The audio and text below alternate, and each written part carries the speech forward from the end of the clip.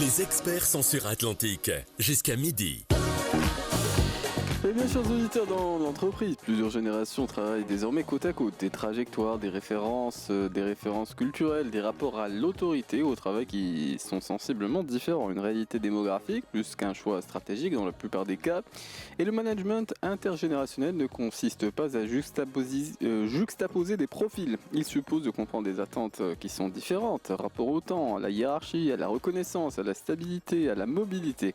Alors les plus expérimentés valorisent souvent l'engagement dans la durée, les plus jeunes interrogent le sens, la flexibilité, l'équilibre. Alors ce sont des différences, ni des défauts, ni des vertus. Elles deviennent problématiques lorsqu'elles ne sont pas explicitées. Nous en parlons ce matin de 10h à midi, nous restons ouverts à l'échange. Si vous avez des avis ou des questions, c'est tout 05 22 95 36 70 ou 80.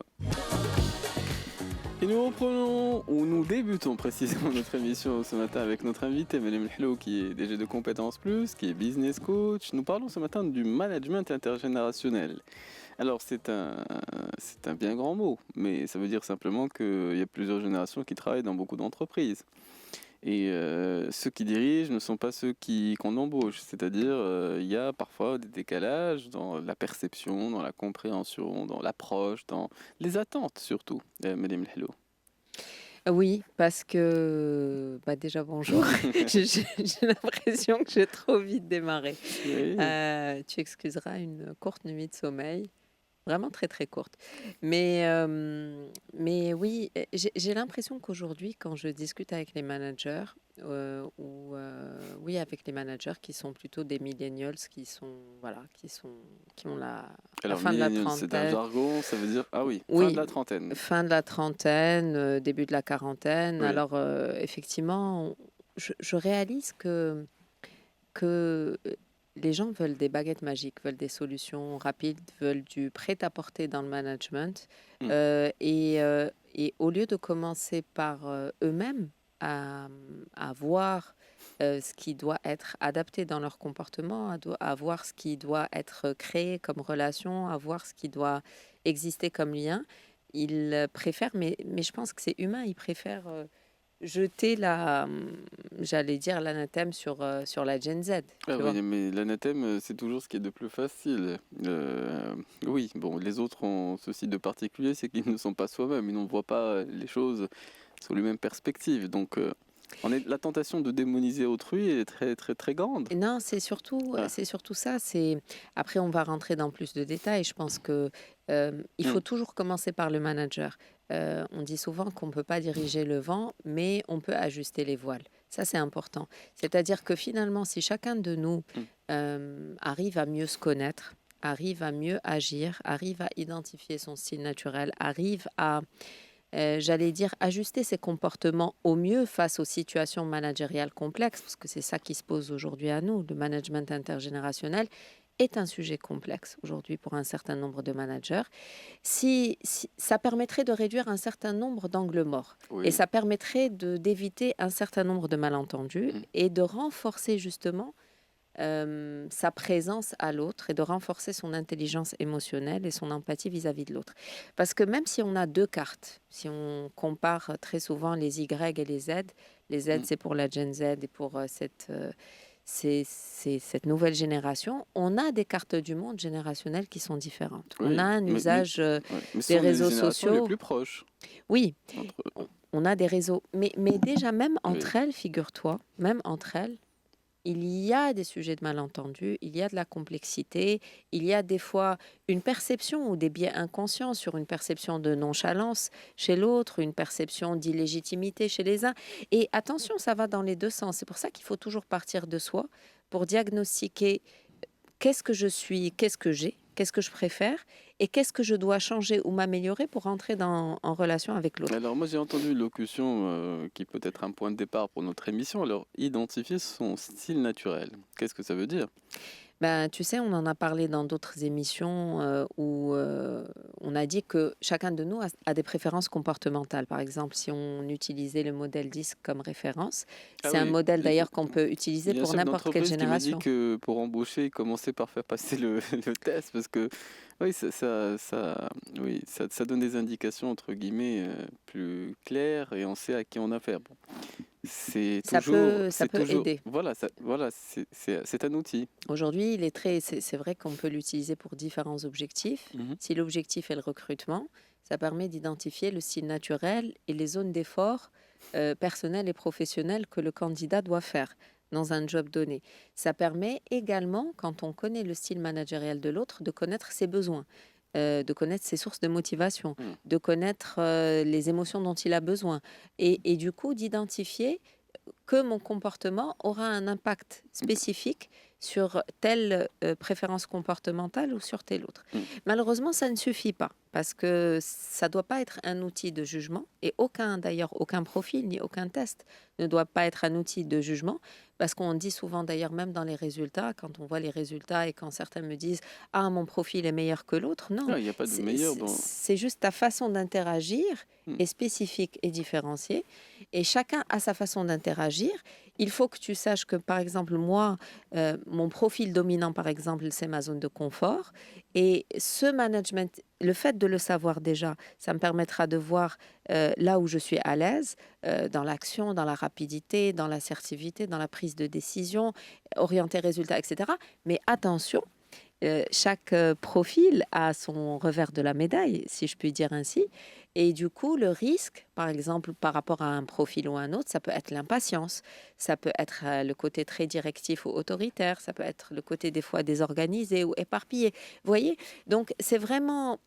En fait, quand on sait ça, on essaie de se rapprocher du côté pile et du côté face de nos interlocuteurs pour savoir peut-être comment les aider à trancher ce sont des profils incertains ou qui tranchent difficilement ou après une certaine réflexion, comment les dynamiser, comment les confronter ou pas. Est-ce qu'ils ont peur de la confrontation? Au contraire, est-ce qu'ils la recherchent Oui. justement et ça les Et ça, stimule? c'est un paramètre qui n'est pas un paramètre générationnel. Mais les Si, alors ça peut être intégré pour ça peut être mieux intégré. cerner les Oui, générations, bien sûr, effectivement. mais ce que je veux dire, c'est que dans toutes les générations, il y a, disons, une égale répartition de ces profils. Mais Mélim Mhlou, Oui. un instant, tout le monde n'a pas passé ce type de test. Tout le monde n'a pas, entre guillemets, la facilité oui, d'avoir les résultats en fonction aux réponses d'un certain type de questionnaire qui permet, entre guillemets, d'avoir un retour assez net et assez clair sur ce sujet. Alors, pour identifier le style naturel qu'on adopte, la perception spontanée qu'on adopte, indépendamment des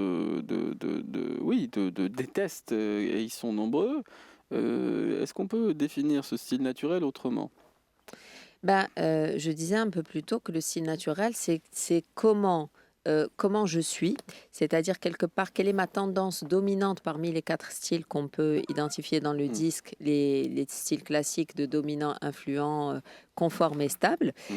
Mais je disais, ça ne suffit pas parce que ça permet de voir déjà mon style naturel de leadership. Si je vais être directif, si je suis dominant, si je vais être participatif, si je suis stable, si je vais être délégatif ou trop délégatif, si je suis jaune ou influent, ou si au contraire je vais être motivateur dans une posture de coach, etc.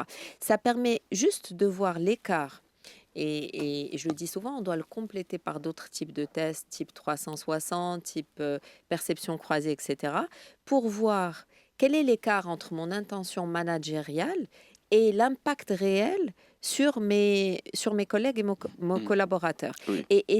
Et c'est vrai que selon mon style de départ, ils vont me dire, par exemple, si je leur donne suffisamment d'autonomie, si je leur laisse de l'espace pour grandir, si je suis hyper exigeant dans mon travail et perfectionniste, et dans ce cas-là, j'attends d'eux d'un travail qui soit aussi parfait et détaillé que possible. Au contraire, si je suis très protecteur avec eux, et même dans ces cas de figure-là, peut-être que j'en fais trop, si je filtre les problèmes que je reçois, sans les laisser, sans les stresser ou sans vouloir les stresser.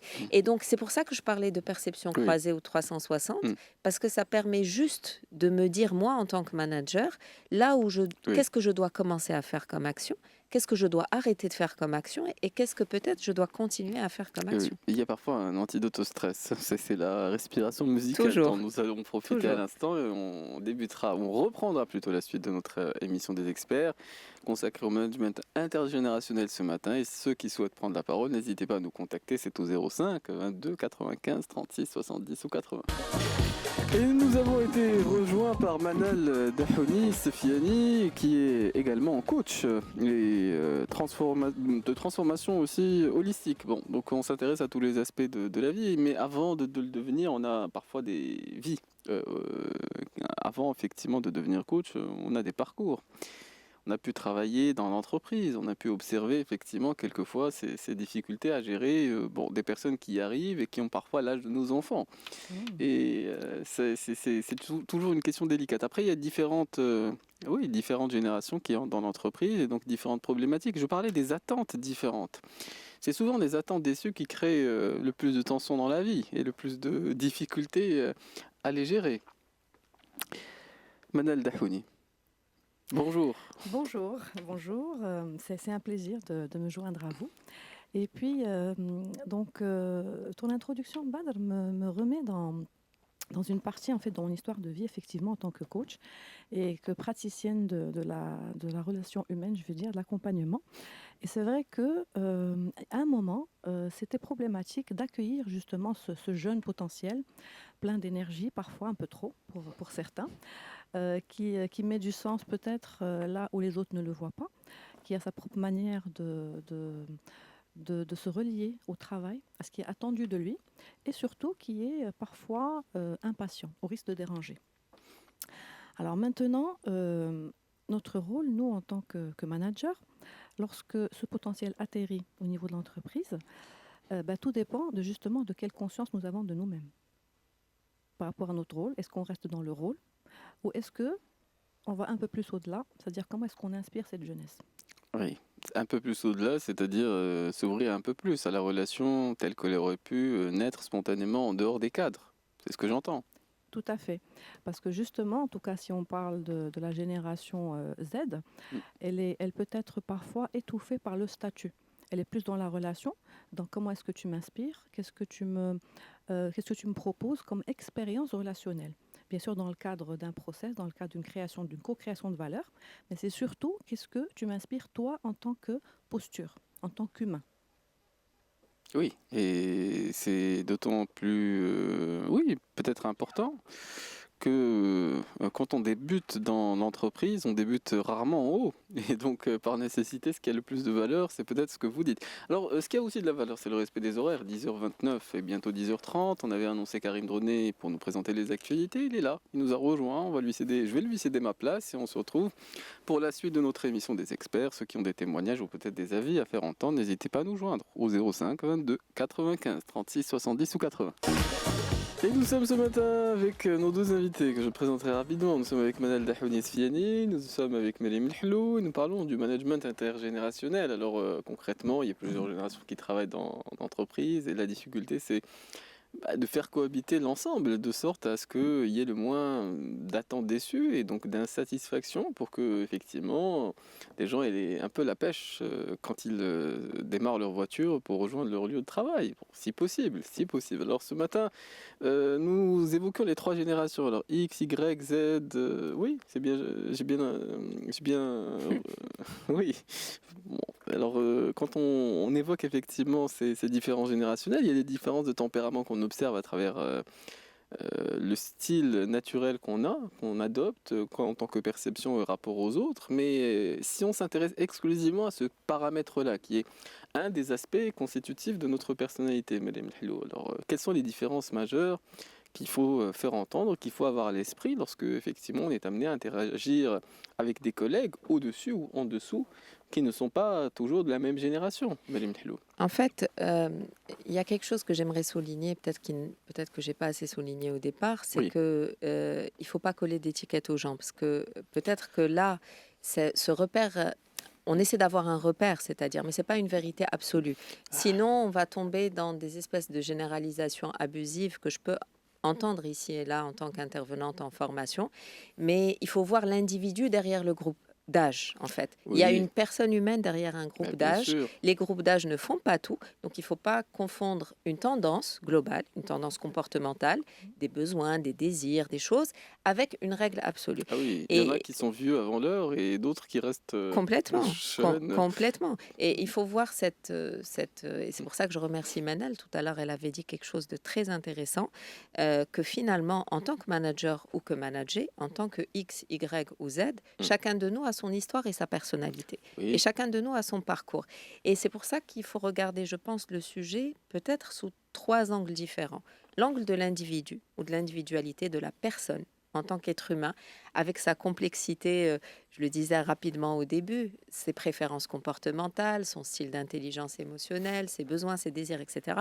Son stade de vie, qu'il faut aussi regarder comme deuxième repère, parce que son stade de vie peut nous indiquer qu'un jeune de 25 ans a des priorités que quelqu'un de plus senior qui a 40 ans ou 50 ans, peut-être qu'il n'a pas les mêmes priorités selon sa classe d'âge et son statut dans la vie, oui, marié, célibataire, avec enfant, sans oui, enfant, c'est avec un certain. crédit ou pas. Mais il a pu Donc ne c'est pas pour les ça que... avoir quand il avait son âge. C'est ça la Oui, difficulté. mais le groupe d'âge Oui, peut indiquer certaines relations à la vie ou certaines responsabilités de la vie qui sont inhérentes à tout process de vie, j'allais dire. Et quelque part, le troisième critère, qui est le critère de la diversité, finalement, quel que soit l'âge. Et cette diversité-là, c'est sur le plan, j'allais dire, psychique, académique, éducatif, sociologique, d'où on vient, ah qu'est-ce oui, qu'on a fait comme études, qu'est-ce qu'on a eu comme famille traditionnelle, conservatrice, etc. Donc c'est pour ça que j'invite quand même à regarder c'est ça vrai. sous ces 3 prismes-là pour éviter quelque chose qui manque de nuances, éviter qu'on rentre tout de suite dans ceux-là aiment Internet, ceux-là sont dans les réseaux sociaux, ceux-là ne le sont pas. Non, après, il faudra voir effectivement que selon les groupes d'âge, il pourra y avoir un rapport au travail et au temps qui va être différent. Et là, Oui. tout à l'heure, peut-être qu'on pourra faire une sorte de synthèse comparative entre les attentes des uns et des autres. Pourquoi? Pour mieux collaborer ensemble. Non, mais j'entends bien, mais c'est une précaution qu'on peut avoir pour tout sujet, parce que en tant que Marocain, on peut avoir des caractéristiques qu'on partage en commun avec un maximum de personnes qui font partie de ce groupe. Et puis, on peut partager un minimum de ces caractéristiques. Oui. De même, homme ou femme, de même, pour toute identification, on peut établir le même type de raisonnement, Madame Hilou. Cela dit, la question est de savoir, c'est pourquoi, bon, jeune, on a pu, avant, si on ne l'est plus, avoir des attentes dans le passé différentes de celles qu'on observe chez ceux de la génération actuelle, qui sont à ce même stade de vie. Manel Dahouni Sfiani. Alors c'est une question très interpellante parce qu'en fait, les jeunes d'aujourd'hui n'ont pas évolué dans le même système familial. Alors, Ah, quand je parle de système familial, il faut vraiment qu'on souligne je n'ai pas envie de l'appeler rupture, mais on va dire un tournant, peut-être, un tournant dans la cellule familiale marocaine depuis que, déjà, ça peut paraître très simple et très basique. Le repas du midi ah oui. a été, on va dire, voilà, rayé de la réalité de chaque famille. Donc déjà, c'est un moment de partage, c'est un espace d'échange, c'est un espace où la prise de parole, le premier laboratoire social de la prise de parole de l'existence en tant qu'entité faisant partie d'un système ou acteur faisant partie d'un système a été instauré. Donc ce jeune qui a aujourd'hui un point de contact avec ses parents, voire zéro, s'il est bien sûr dans sa chambre, pour certaines familles, chacun est devant son device. Donc déjà, le paradigme Oui. de la relation a évolué. La manière dont cette relation parentale, qui est cette première figure d'autorité, et comment elle a été nourrie, elle a changé, elle a évolué. Oui. Et Oui. lorsqu'on part du principe que le système de l'entreprise, tout ce qui est, on va dire, un espace d'intégration, où on transpose toutes les relations familiales et de fratrie, première figure d'autorité, première Oui. collaboration avec les relations managériales et les relations entre pairs, voire par la suite nos relations avec nos équipes. Oui, et d'ailleurs, c'est pas à partir de là qu'on se figure le monde. D'ailleurs, dès lors qu'on a des rapports disons, plus sincères avec des collègues. Certains vont parler d'un oncle qui était une figure marquante, d'autres de leur père qui a pu diriger ceci ou cela, et ainsi de suite. Donc c'est par rapport effectivement à cette transposition qu'on fait ce chemin de vie et qu'on a des attentes qui sont ce qu'elles sont. Alors, Oui. ce qu'on observe aussi, c'est que les pères ne sont pas toujours présents. Les pères, Ne sont pas toujours présents. Et donc, grandir dans une cellule familiale où le père est absent, c'est pas tout à fait la même chose. Donc, dans l'entreprise, le rapport à l'autorité est différent. oui, surtout lorsque dans ces cellules où le père n'est pas présent et parfois même la mère, parfois par alternance. Oui. Donc, si on est dans un schéma où la mère va tenter, je dis bien, de compenser ces deux rôles qui sont complémentaires mais qui sont complètement distincts. Donc là, déjà, on a une structure identitaire qui n'est, on va dire, qui n'est pas au rendez-vous de peut-être l'attente de ce jeune. Il y a l'un des piliers existentiels de ce jeune qui atterrit dans une entreprise avec ses enjeux qui vont être confrontés à ceux d'autres personnes qui viennent d'autres systèmes. Et c'est là qui fait la complexité de Oui. tout cet espace. Donc là, c'est peut-être une des explications qui fait qu'on observe des attentes différentes en fonction des générations. Mais quelles sont ces différences à grands traits, en ayant à l'esprit toutes les précautions qu'a fait entendre Merim Hello? Quelles sont ces différences? Il fallait peut-être essayer de les avoir à l'esprit quand on parle de génération Y, qui n'est pas la génération Z, qui n'est pas la génération X. Alors, au-delà des différences, parce qu'en fait, il y a des différences qui sont là. Mariam a parlé de background. Il y a aussi la différence de rang. Et le rang, ça peut être le genre, ça peut être la Oui. culture, ça peut être le dogme auquel je crois en tant que religion, ça peut être l'école à laquelle j'ai appartenu, la puissance des alumni, c'est-à-dire en tout cas les différents rangs. Mm. Et il y a aussi mon enjeu finalement. Parce que l'attente renvoie vers, oui, des besoins, oui, parfois des automatismes, des injonctions que j'ai eues dans ce premier laboratoire familial, mais c'est aussi comment est-ce que je me sens intégrée en tant que ressource, en tant que personne et en tant que compétence. Et quand je parle de personne, c'est-à-dire ça démarre toujours par l'humain. C'est-à-dire le premier jour, quel a été mon moment fort, justement, si on revient aux jeunes, comment s'est passé mon onboarding. Oui. Aujourd'hui, on voit un focus de promotion de la marque employeur. Maintenant, alors si je fais le focus sur la génération Z, le premier indicateur de cohérence, et sur ça ils sont très forts, c'est vraiment le niveau de corrélation entre le discours perçu dans les réseaux sociaux, dans les forums, et le premier abord. Comment est-ce que je suis respectée lorsque je suis accueillie le premier jour par cette entreprise?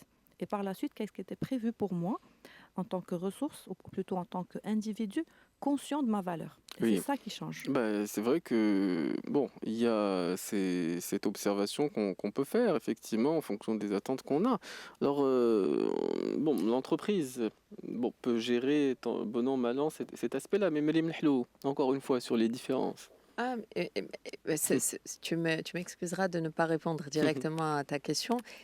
J'aimerais vraiment insister sur ce qui unit ces deux générations-là plutôt que ce qui les sépare. Lesquelles? Les Y et les Z. Parce que ça aussi, c'est les plus important. proches. Les plus proches. Oui. Parce que j'aimerais dire qu'au-delà, et même les X finalement, parce qu'au-delà des étiquettes générationnelles, il y a des attentes humaines universelles. J'ai presque Oui. envie de dire.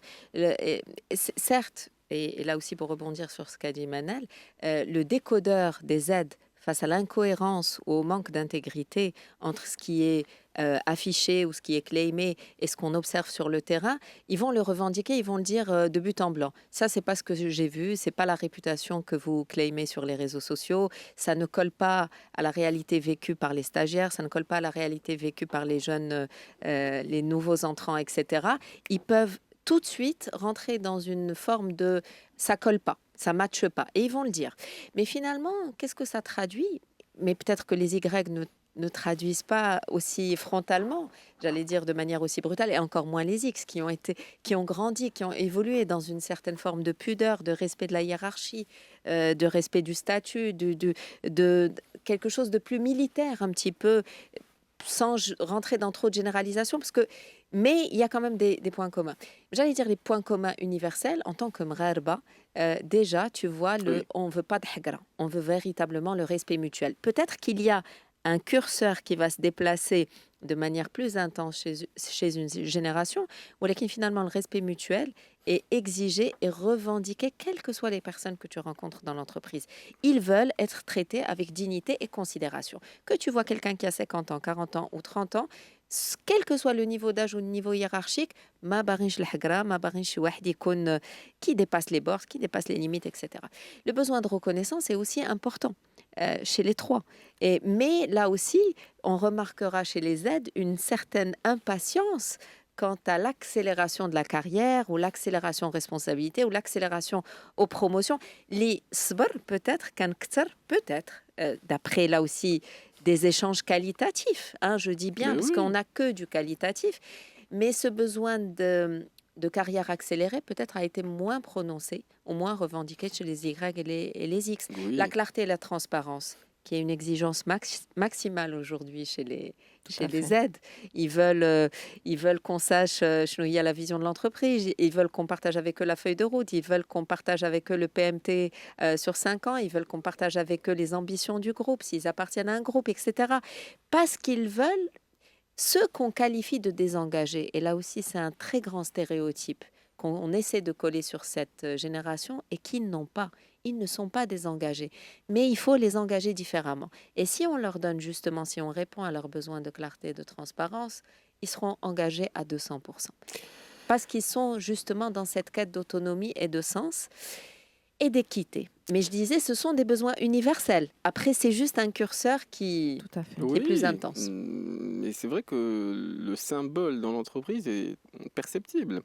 Il y a la force des symboles, la taille des bureaux, la façon qu'on a d'accueillir, la façon qu'on a de traiter, de prendre soin de la relation ou non. Donc il y a effectivement la force des symboles. Après, effectivement, j'entends aussi autre chose, c'est que bon, l'impatience, c'est possiblement aussi dû au fait que on se compare beaucoup à un nombre de personnes infiniment plus important par les réseaux sociaux et par conséquent, on n'a pas le temps de perdre le temps. Et si on a pu observer une forme de sacrifice consenti par ses parents qui n'a pas nécessairement payé en joie de vivre, on se dit que peut-être il y a d'autres recettes qui doivent... d'autres paramètres ou d'autres aspects auxquels il faut être plus vigilant. Justement, par rapport à, si je peux me permettre très rapidement de boucler sur ce rapport au temps entre les Z et les Y, il est majeur, il est probablement, j'allais dire, conditionné ou reprogrammé par rapport à la consommation des réseaux sociaux. On privilégie les likes, l'immédiateté, le feedback instantané, etc. On le voit même dans le quotidien en travaillant avec des jeunes de il y a des la personnes qui Gen mènent une Z belle vie. qui veulent des feedbacks quotidiens. Non, juste Oui. par rapport à ce feedback au temps. J'ai l'impression qu'on exige presque la quasi-instantanéité, comme avec les réseaux sociaux. Exact. Dans la vraie vie, il y a ce côté-là, ce besoin de feedback constant sur le travail. Oui. Or, que peut-être les Y l'ont eu moins, il y a toujours la nécessité d'un feedback régulier, finalement, quelle que soit la tranche d'âge. Mais cette impatience, cette immédiateté, ce Oui. côté-là, équilibre vie pro, vie perso, ce côté-là, vision de la carrière qui doit être construite. On doit avoir un plan de carrière pour tout un chacun. C'est le programme des directions de ressources humaines, c'est le programme des HRBP, de construire des carrières sur la base de la méritocratie, des livrables, des expertises, des titres, etc. Sauf que il y a une vision de la carrière peut-être qui est vue différemment par la Gen Z, par les Zoomers, Oui. qui est peut-être davantage entrepreneurial au sein de l'entreprise. Il y a un côté là, on veut tout faire, on veut prendre des initiatives, on veut changer ça. Et donc, il y a une posture d'entrepreneur des fois qui est quasi revendiquée, même au sein de boîtes qui sont institutionnalisées. Oui. Donc, il faut juste comprendre que finalement, comment, là aussi, le digital a influencé cette génération dans son rapport au temps, dans son rapport aux autres, dans son rapport au titre, etc. Oui. Manel Dahouni. Alors, il y a beaucoup de choses qui ont été dites. Oui, alors je remercie Mariam pour ce côté, en fait, le fait de souligner l'effet du digital. Alors, il y a l'effet du digital d'un côté qui est devenu justement l'espace relationnel, bon, certainement très hyper actif, si on peut le qualifier de cette manière. Et il y a aussi le désengagement des parents par contrainte. C'est-à-dire, aujourd'hui, ce sont des parents, nous sommes d'ailleurs par moments des parents, lorsque l'on n'a pas encore conscientisé ça suffisamment, qui choisissons un peu la facilité. Donc, j'ai ma carrière, pour moi, j'inspire mon fils ou ma fille par mon évolution, par comment est-ce que je me gère moi en tant qu'adulte. Maintenant, comment est-ce que lui le voit. Et je peux vous Ah oui. assurer que quand lui, c'est-à-dire moi, personnellement, c'était une claque pour moi le jour où mon fils, qui aujourd'hui a 17 ans et demi, qui est en terminale, et à 7 ans, il m'a dit, maman, tu sais, je préfère que tu sois là pour préparer des crêpes ensemble que de m'acheter une console. Mais oui. Pour moi, c'était une claque. Euh, Maintenant, quand on transpose ça au monde de l'entreprise, et si on schématise, c'est-à-dire peu importe le X, le Y, le Z, aujourd'hui il y a des études, il y a des insights, il y a des findings, il y a de la data avec les différents types d'enquêtes. Maintenant, cette data, comment est-ce qu'on peut la rendre en tant qu'outil décisionnel sur le terrain? Si on prend une entreprise hors les startups et on va schématiser, pour simplifier, on va dire qu'on a trois populations. Nous avons justement ces jeunes lauréats, ces fraîchement diplômés ou alors avec un peu d'expérience qui vont atterrir. Nous avons les médiums ou les millennials qui sont à un niveau, on va dire, des middle managers. Et nous avons les seniors. On doit vraiment rentrer dans le détail des générations. Alors, le besoin de chacun est d'avoir un tronc commun, quelque chose qui les relie, tout en tenant compte de leurs besoins et de leur rythme. Parce que le rythme n'est pas le même, mais il y a moyen qu'ils se rejoignent quelque part. Si je suis en fin de carrière, j'ai besoin de me sentir reconnue, mais de quelle manière? En étant un référent pour ces personnes, en leur envoyant l'ascenseur de l'expertise peut-être du métier, du secteur, le recul, les raccourcis de l'expérience de vie et l'expérience métier. Si je suis un jeune qui vient d'atterrir, donc je sais que justement j'ai cette agilité digitale, je suis plutôt proactive, je peux voir les choses de manière peut-être plus transverse grâce à l'accès à l'information, je peux être un provider de données pour cette personne et aller se rejoindre sur ce pont-là. Et les personnes qui sont justement au milieu, elles peuvent jouer le rôle de j'ai en même temps été ici, donc je peux jouer un rôle dans l'onboarding des jeunes, tout en étant en support à ceux qui vont bientôt partir. Donc, quel est le plan de l'exit stratégie, tout en restant cette bibliothèque ou cette mémoire au service de l'entreprise? Parce que, in fine, ce qui est important c'est-à-dire dans une culture d'entreprise, c'est ce mythe fondateur, c'est comment est-ce qu'on l'incarne, peu importe la génération à laquelle on appartient. Et c'est ça. C'est croire en quelque chose au-delà de la fameuse raison d'être. Très bien, une raison d'être, business, voilà ce qui me permet comme croissance. Mais on est là, quel est le fuel qui tous les jours va se synchroniser à mes valeurs? Et j'ai envie de dire, et il y a un mentor qui un jour m'a dit, lorsque tu rentres dans une entreprise et que tu vois qu'il y a un besoin d'afficher les valeurs partout, pose-toi la question. Bien entendu. Pose-toi la question. Mais on affiche toujours parfois ce qui manque, donc par nécessité. Donc c'est des personnes qui... Oui, bon, même il y a des plis de langage. Il est vrai que... Ou je veux être sincère, ça veut dire que précédemment on a pu ne pas l'être. Mais en tout cas, souvent, quand on surligne quelque chose, c'est qu'elle ne va pas de soi. Il est 10h55 minutes. On va essayer de ne pas surligner les retards qui sont les nôtres. Mais c'est le moment de profiter de la respiration musicale. Il y aura le flash d'information qui nous sera présenté par Mourad Baba et on reprendra la suite de notre émission des experts. Et nous nous intéressons ce matin au management intergénérationnel. Alors, il n'y a pas que le management intergénérationnel qui interroge les rapports entre les générations. Et effectivement, l'actualité prodigue en informations sur ces aspects-là, mais parfois du côté sombre. Mais revenons à notre sujet. Alors, nous parlons effectivement des rapports dans l'entreprise. On disait que la cohabitation était quelquefois difficile. Alors, il y a une phrase d'Orwell qui me paraît lumineuse. Il dit « Toutes les générations imaginent qu'elles sont plus intelligentes que les précédentes et plus sages que les suivantes ». Et dans la sagesse, il y a une forme d'acceptation. Dans l'intelligence, il y a l'idée qu'on fait de meilleurs choix ou des choix meilleurs que ceux qui nous sont précédés. Madame Hello. Il m'a pris de court, Non, je voulais te dire tout à l'heure, je voulais continuer sur Oui. effectivement la recherche aujourd'hui abonde, qu'elle soit sociologique, psychologique, elle abonde sur il y a un certain nombre d'études même qui sont publiées sur Cairn.info. Il y a des thèses récentes sur l'intégration de la Gen Z dans les organisations. Il y a des méthodologies rigoureuses pour analyser aussi les mutations du marché du travail, les dynamiques intergénérationnelles. intergénérationnel. Pourquoi on dit ça? Parce qu'il ne faut pas tomber dans les effets de mode. Il ne faut pas tomber dans un espèce de jeunisme marketing où il y a des articles sensationnels qui sortent ici et là. Oui. C'est pas le but. Où on caricature, ils sont bordéliques, ils sont ingérables, coller des étiquettes, encore un jeune en retard, etc. Le quotidien grouille de contre-exemples de gens qui sont Vu avant activement... l'heure. Non, pas vieux avant l'heure. Pour sourire. C'est que l'âge ne fait pas tout, c'est qu'il ne faut pas homogénéiser les gens, c'est qu'il y a des fois des différences intragénération peut-être plus importantes que intergénération. C'est pour ça que je parlais tout à l'heure du disque et des préférences comportementales, parce que des fois les stéréotypes masquent les différences individuelles et c'est de ça dont il faut se méfier.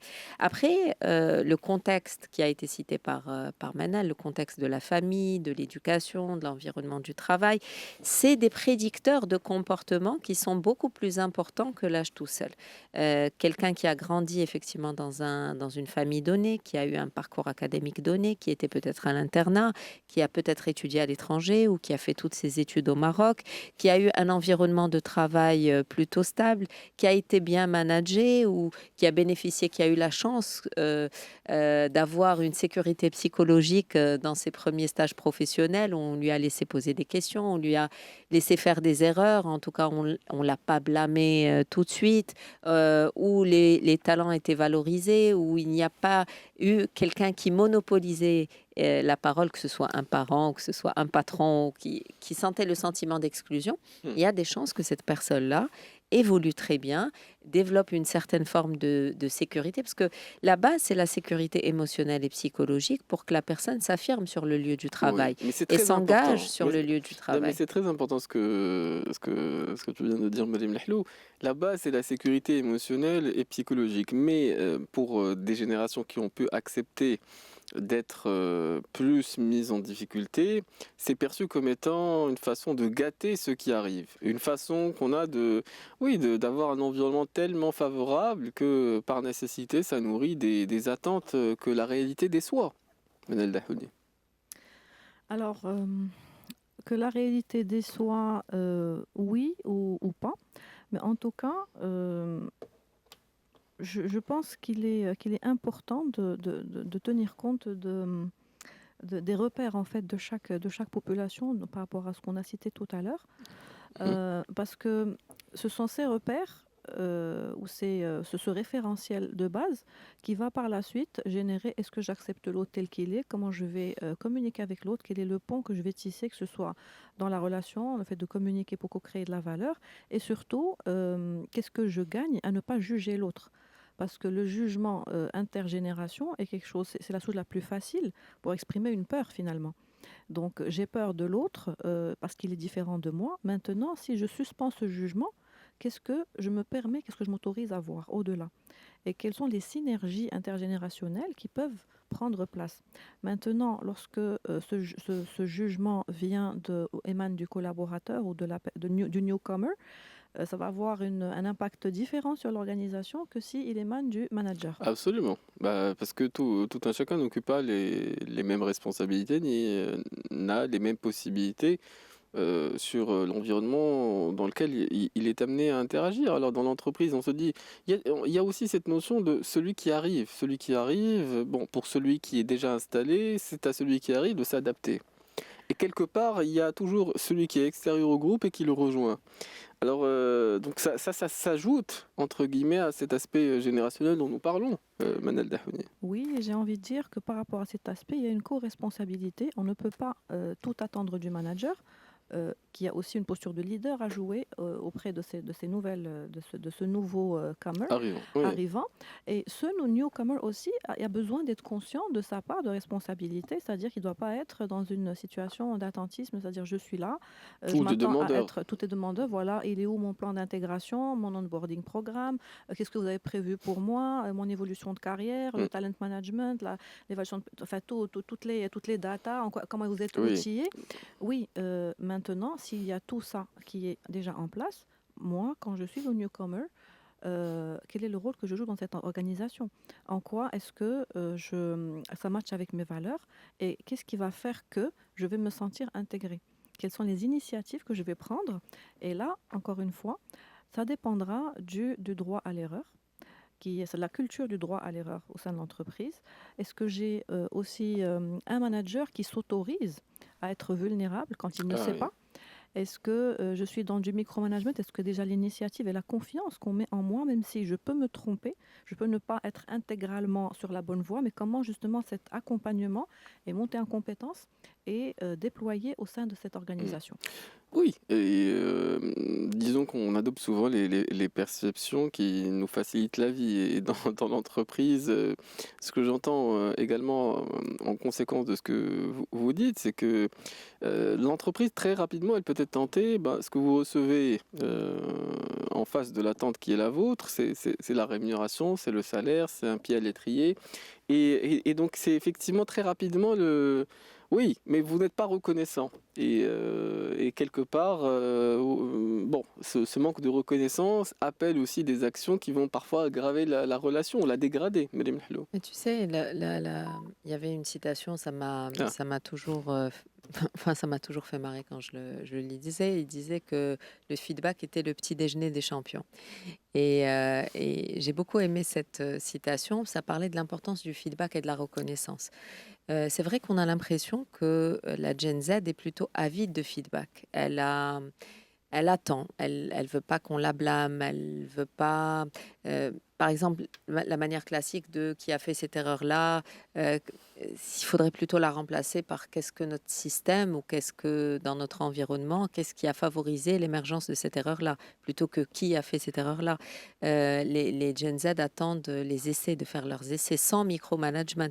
oui. Alors que c'est vrai qu'on aurait tendance, et c'est une posture aussi de manager que je peux comprendre, quelqu'un qui débute dans l'organisation, ben, de notre expérience, on ne fait pas confiance tout de suite. On est plutôt là à essayer de créer un cadre, parce qu'un cadre protège, un cadre sécurise, un cadre assure, et Oui. un cadre donne aussi les do and don'ts. Moi, je veux bien célébrer les apprentissages rapides, c'est ce qu'ils attendent. Ils veulent apprendre dans un système rapidement et dans un système qui les autonomise. Ils ont besoin de tester pour s'approprier des projets et des contenus, etc.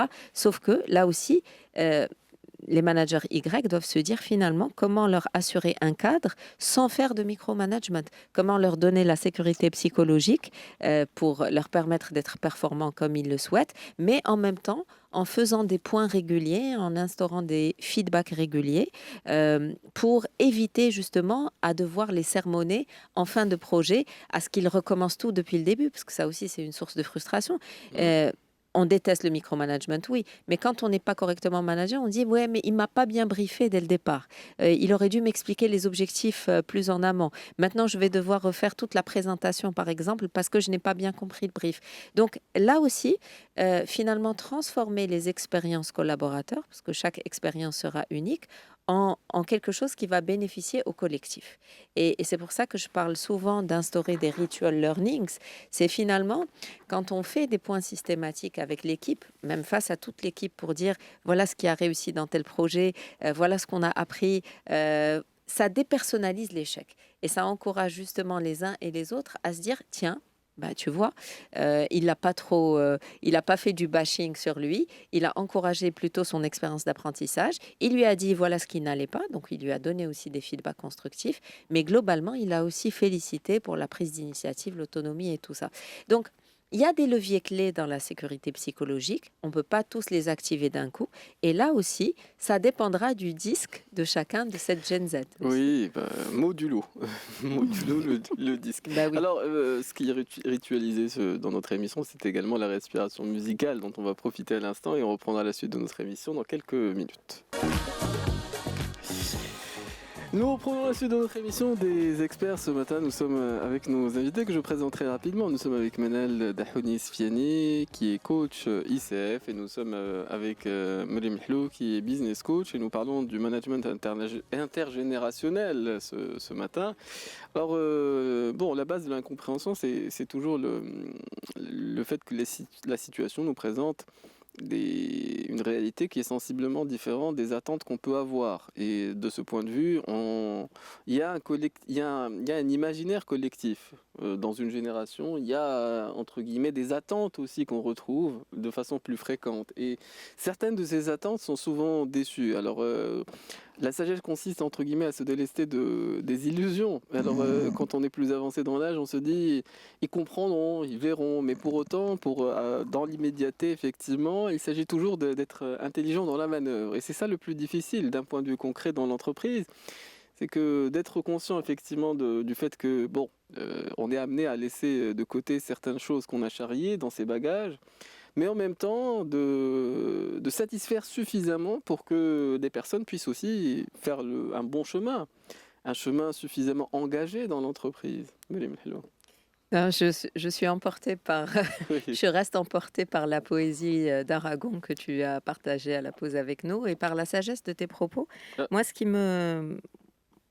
qui me semble essentiel aujourd'hui, sincèrement, c'est en t'écoutant, c'est de construire un langage commun entre les deux générations. Ce pont, ce langage commun, ce qui relie bien plus que ce qui sépare, parce que finalement, comme tu parlais de bien commun, l'entreprise est un bien commun entre toutes ces générations-là. Et donc, il faut réduire les malentendus et fluidifier les échanges davantage. Comment? Déjà, en ayant une culture d'équipe partagée. Une culture d'équipe partagée, c'est définir quelles sont nos priorités ensemble. Quelles sont les choses sur lesquelles on ne transige pas, quelles sont nos valeurs. Clarifier pas que ce qui nous relie, mais clarifier également dans le quotidien. Quand quelqu'un dit, quand c'est urgent, ça veut dire quoi pour toi, urgent?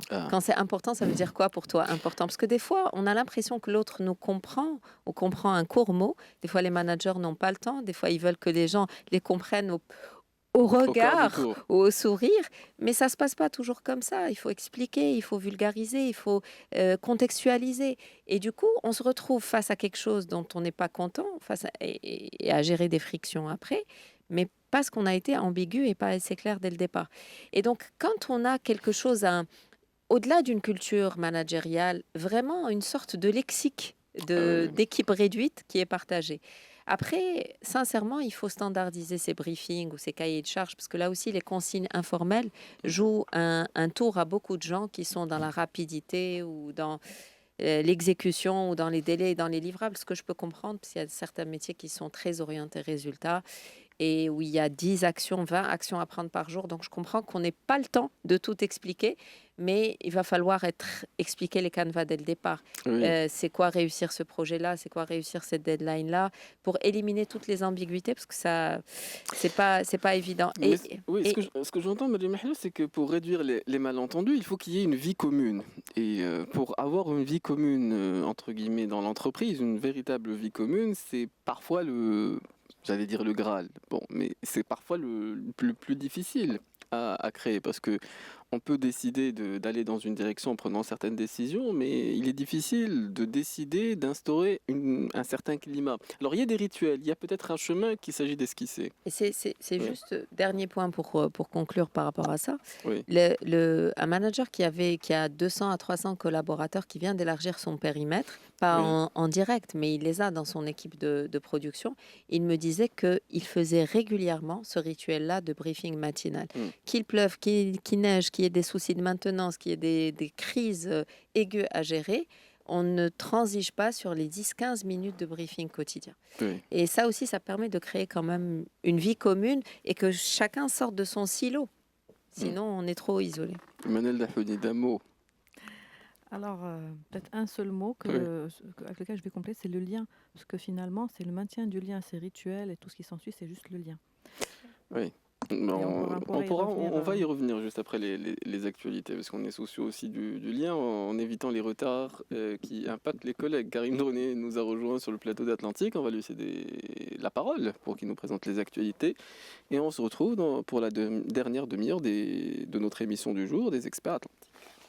Et nous sommes ce matin avec Manal Dahouni Sfiani, nous sommes avec Meriem Lhlou et nous parlons du management intergénérationnel. Alors, du point de vue pratique, des entreprises, entre guillemets, qui souhaitent avoir plus de fluidité, donc moins d'incompréhension, quels sont les aspects sur lesquels on peut peut-être être utile ou faire œuvre utile en faisant des propositions, Manal Dahouni?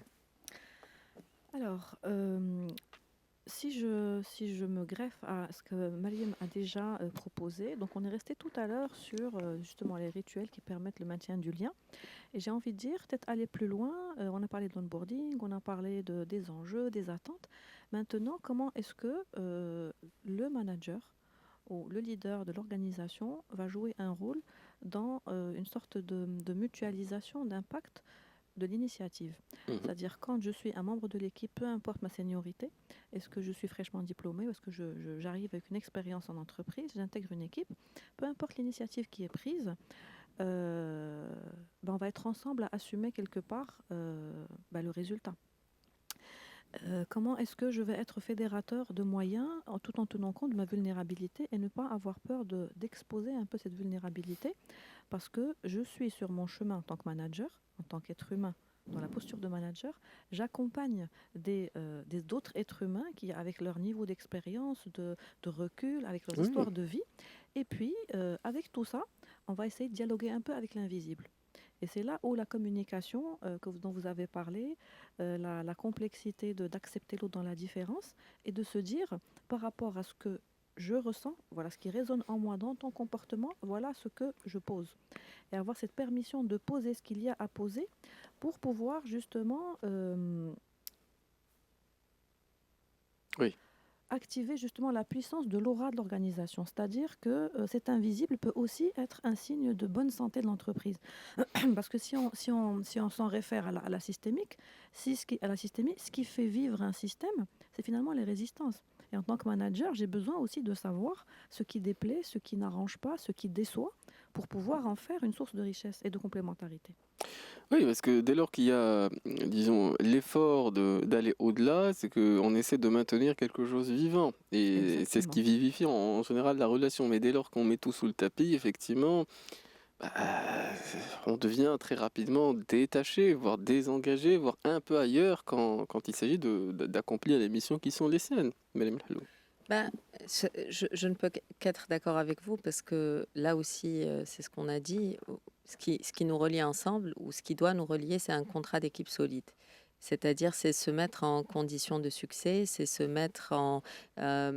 j'allais dire que chacun va contribuer, parce que finalement, une charte d'équipe, ça ne doit pas être un document administratif, ça doit être finalement presque un code source de notre culture d'équipe, qui doit reposer sur des choses très claires. D'abord, la transparence des objectifs, sur quoi on est incentivé, ou qu'est-ce qui va compter à la fin de l'année, ou qu'est-ce qui va compter à la fin de ce semestre ou de ce trimestre pour connecter moi ma mission individuelle en tant que jeune entrant ou membre de l'équipe ou qui a passé 5 ans dans cette organisation, connecter mes missions individuelles au résultat collectif, à la stratégie globale, à la mission globale, etc. Et le rythme et la cadence, c'est pareil. Moi, mon manager peut-être a un rythme à 120 km/h, je le conçois, je l'admire, etc. Et moi, j'ai un autre rythme. Je le clarifie aussi. Je le clarifie quand ? Justement, je le clarifie dans mes moments de feedback. Alors, ça dépend si on a des feedbacks d'équipe ou des feedbacks individuels. Si les feedbacks individuels ne sont pas ritualisés, parce qu'on a dit l'importance des rituels, que je demande un one-to-one informel, etc. Pour mettre en place un suivi régulier, même court, même de 5 minutes. C'est essentiel. On disait que cette génération a un appétit pour les feedbacks courts et réguliers. On le nourrit de façon très simple, autour d'un café, d'un thé, un point rapide. Il n'y a pas besoin de trop de protocole. Et peut-être le troisième point pour une performance partagée, c'est de célébrer les livrables. Moi, je sais que... tu sais, la génération Y avait besoin de reconnaissance et de feedback aussi. La génération Z en a besoin. Il ne faut pas souligner simplement que le travail a été bien fait. Moi, je trouve qu'on ne fait pas encore assez des accomplissements concrets. On ne fait pas assez. Pour moi, peut-être parce que ça traduit aussi mon style comportemental, qui est peut-être dans la célébration et la reconnaissance, une partie de mon style comportemental. Mais je dirais, il y a peut-être 30% de l'organisation qui me ressemble. Et si 30% de votre équipe a besoin de célébration, il ne faut pas l'ignorer, parce que ça sera aussi un carburant à son moteur pour aller chercher plus et donner plus à l'organisation. Donc, si on n'en a pas besoin, tant mieux, on partage un verre de thé et des petits gâteaux marocains. Et si on en a besoin, c'est toujours une fierté, un sentiment d'appartenance, ça crée plus d'engagement. Oui, et puis le sentiment que l'entreprise accomplit. Avance. avance. Avance. Elle est en mouvement. Oui, bah, effectivement, et on concourt, entre guillemets, à des résultats positifs. Je vois, bon, à l'étranger, certains médias qui célèbrent des résultats. Dans les entreprises, dès qu'il y a quelque chose de positif, il y a une communication, bon, parfois un peu exagérée, mais il y a une Non, communication pour que, effectivement, les personnes aussi aient l'impression qu'elles font partie de quelque chose qui marche, qui en fait, fonctionne, qui réussit, en d'une fait, certaine façon. Manal, Oui, tout à l'heure, disait quelque chose d'important. Alors, je ne sais pas si on se le disait à la pause ou pas, Manal et toi.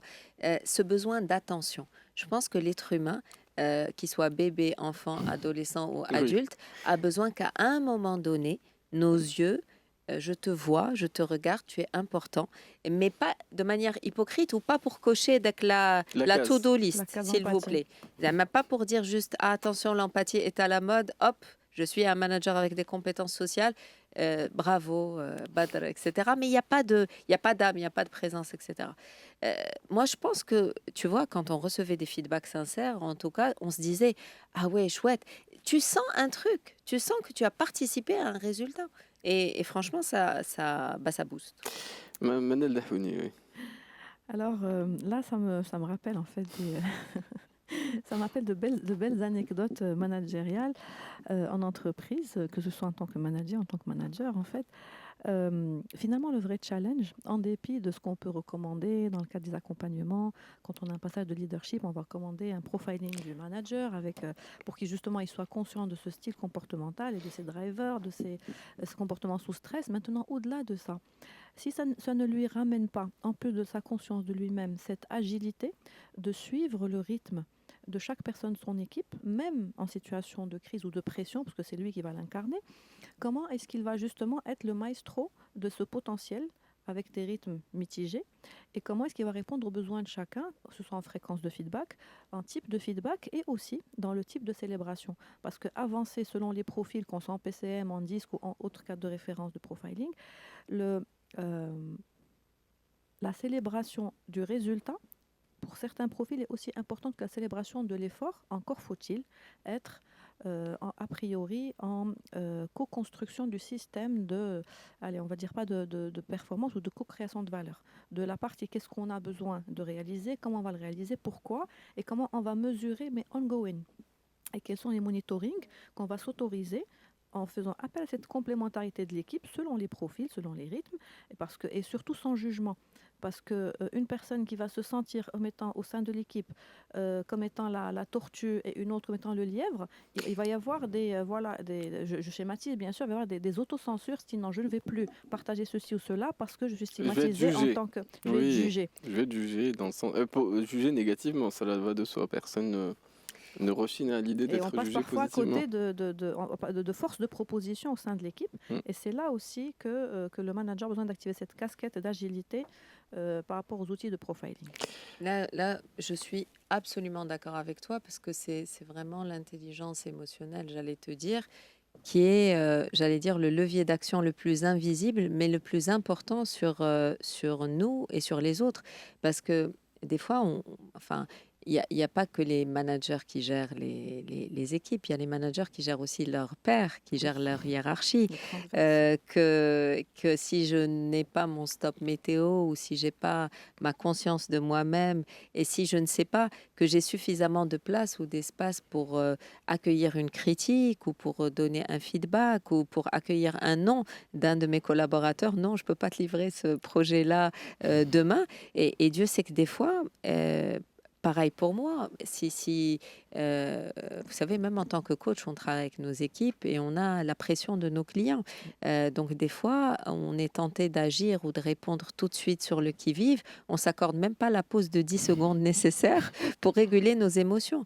Or, Oui. cette autorégulation est clé pour pouvoir justement donner le meilleur de nous-mêmes aux autres. Parce qu'il y a...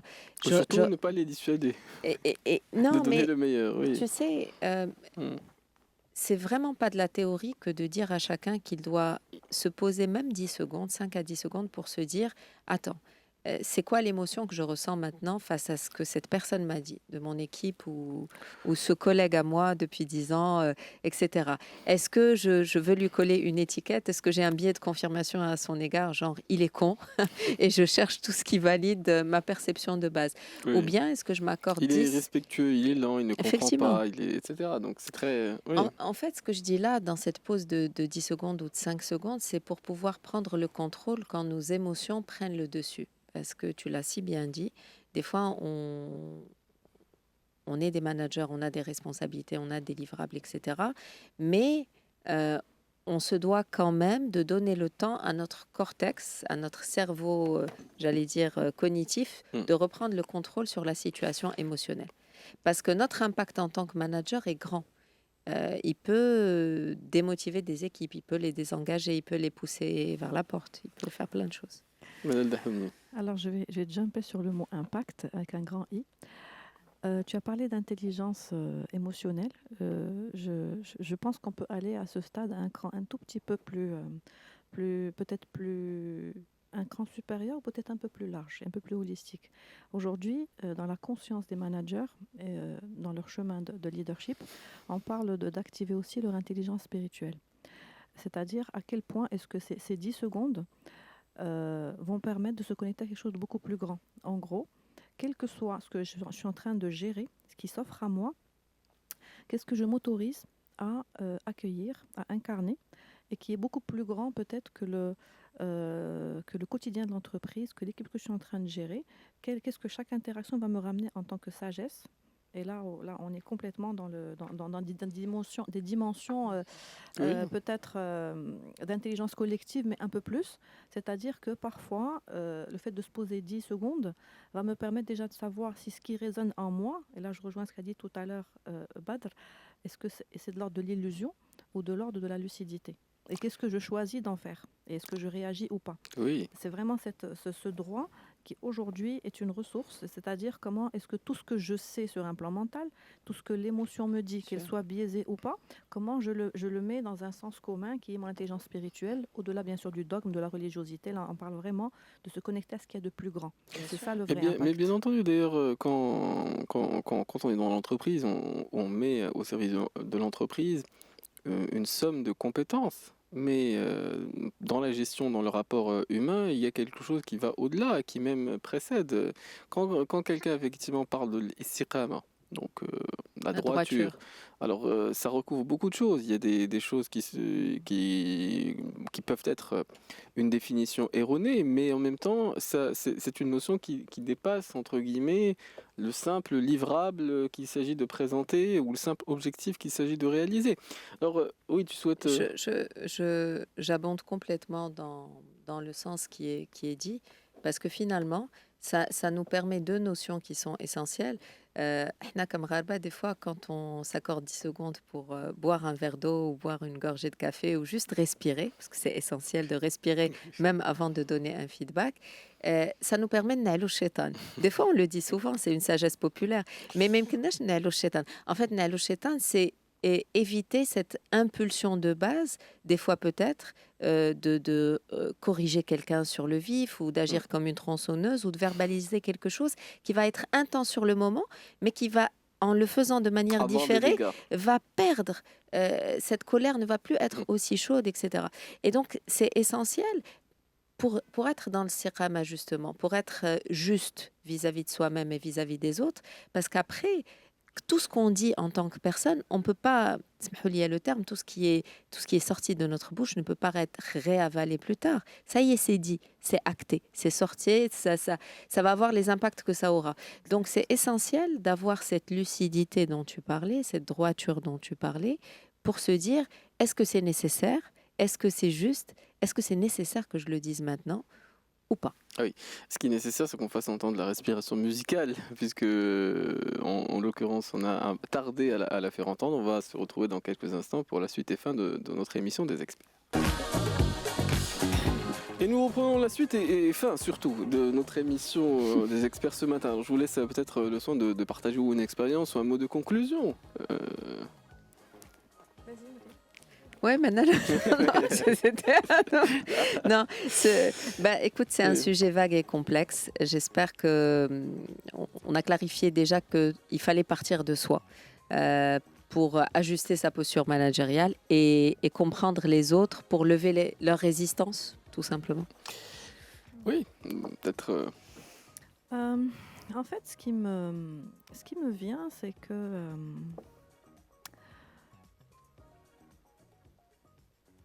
Souvent dans l'expérience, souvent c'est dans l'expérience qu'on a pu peut-être être mis à l'épreuve. Et effectivement, c'est un aspect, souvent quand on y est confronté, on y est davantage attentif, ou on y est davantage impliqué à cette notion-là. Bon, en tout cas, on a essayé de l'éclairer, puisqu'on essaye d'être respectueux des horaires. On parlait de droiture, c'est aussi une des définitions de la droiture que de rendre l'antenne en temps et en heure. Alors, on va peut-être se retrouver demain pour d'autres thématiques des experts. Et je vous remercie tous deux pour votre présence avec nous ce matin. C'est un plaisir.